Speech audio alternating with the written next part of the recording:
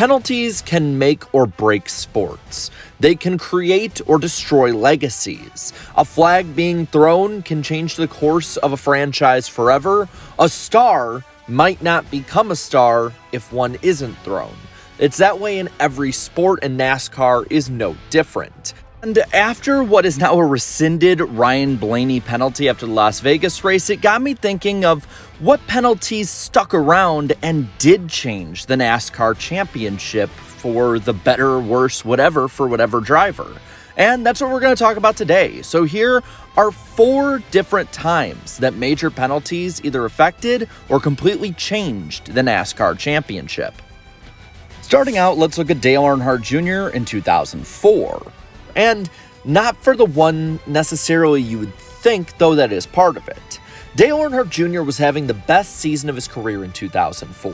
He had won 6 races in total that year and was a threat to win week in and week out, and even performed well at tracks that honestly he sucked at the time.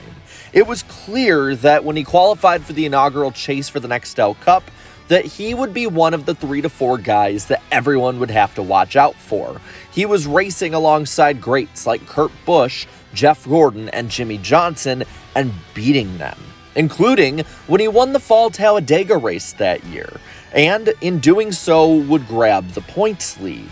Of course, we all remember that more for what he said in Victory Lane. For this, NASCAR would penalize Jr., and the big part of it wasn't the money, but instead the 25 driver points that removed him from the championship lead. Many would say that he would get the championship lead back, but they didn't realize it would take 8 years until 2012 for him to do so. And it wasn't his only penalty that year that cost him points at the end of the season. See, at Bristol in the spring, Jr. was having some issues and pretty much self-spun.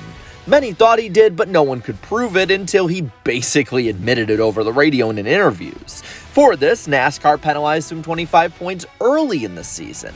Now, why is this important? Well, back then, the top 10 in the chase would be reseeded and separated by 5 points apiece based on where they finished heading into the last 10 races.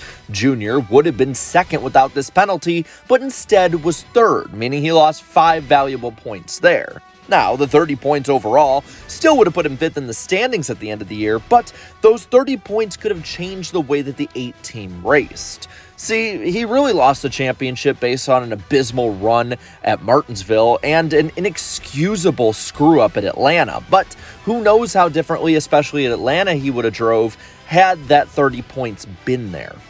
Now let's fast forward to 2022, and in the summer of last year, Denny Hamlin would win at Pocono, gaining him 5 playoff points in the process. That was until later that night when the car was disqualified, and instead of winning, he'd be put back to second to last, as his teammate also failed inspection. Now, what did they screw up so bad on? Well, a small little piece of tape that might have been under the wrap. That's it. That cost him a win. But he still was in the playoffs, he still made it to the round of 8, so it didn't seem like that big of a deal, right? Well, let's fast forward to November at Martinsville. Hamlin is looking set to make the Final 4. He's up by 2 points, coming to the checkered flag. And then behind him, the Hail Melon happens. Ross Chastain wall rides it through 3 and 4, and ends up being right behind Denny, actually beating him in the points. And in the process, he misses by 4 points to 2 people. Chase Elliott and Ross Chastain. Now, why is that important that it's both of them?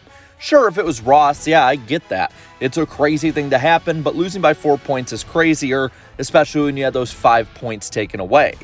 Well, it's because Chase Elliott was the driver who got the win at Pocono instead of Denny, and Elliott beat him by 4 points.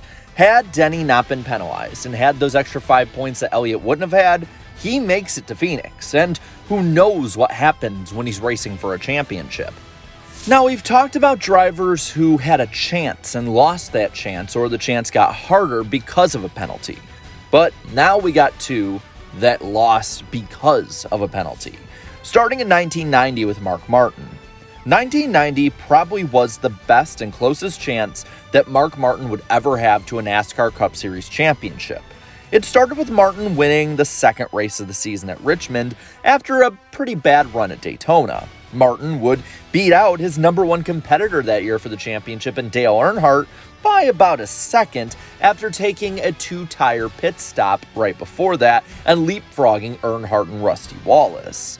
This would put him up to 6th in points, 55 out of the lead, and really help him start out a championship push, right? Well, again, post-race inspection came in, and it was found that he raced with an illegal carburetor spacer, one that he had been racing with in all of 1989, but had only been caught now because Richard Childress had pointed it out in post-race inspection.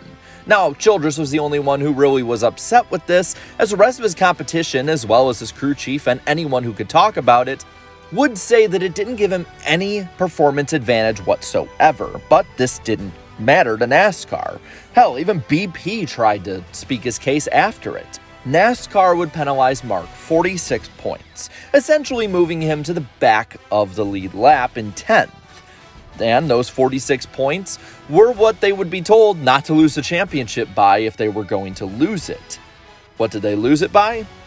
26 points. Dale Earnhardt won by 26 points over Mark Martin, and had Mark not been penalized, he wins the crown by 20 points and Dale does not get 7. Mark sees it as something that honestly could have been overcome during the season, but it's not hard to see that this was the start of a pretty sad trail of championship fights for Mark. Lastly, we'll go 40 years before Martin's penalty to 1950, to the first championship loss because of a penalty, and that of course was from Lee Petty. Lee Petty was one of racing's pilgrims for NASCAR, but in 1950 he was also far and away the man to beat for the championship. 8 races into the 19-race campaign, Petty sat 3rd in points, only 24.5 points out of the lead, with 809 total points on the season so far.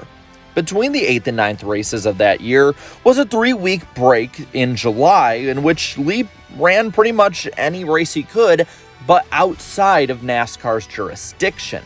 Well, this was against the rules at the time, as Big Bill France wanted his drivers in his league and nothing else. He wanted to make a name for these drivers so they could make a name for his series.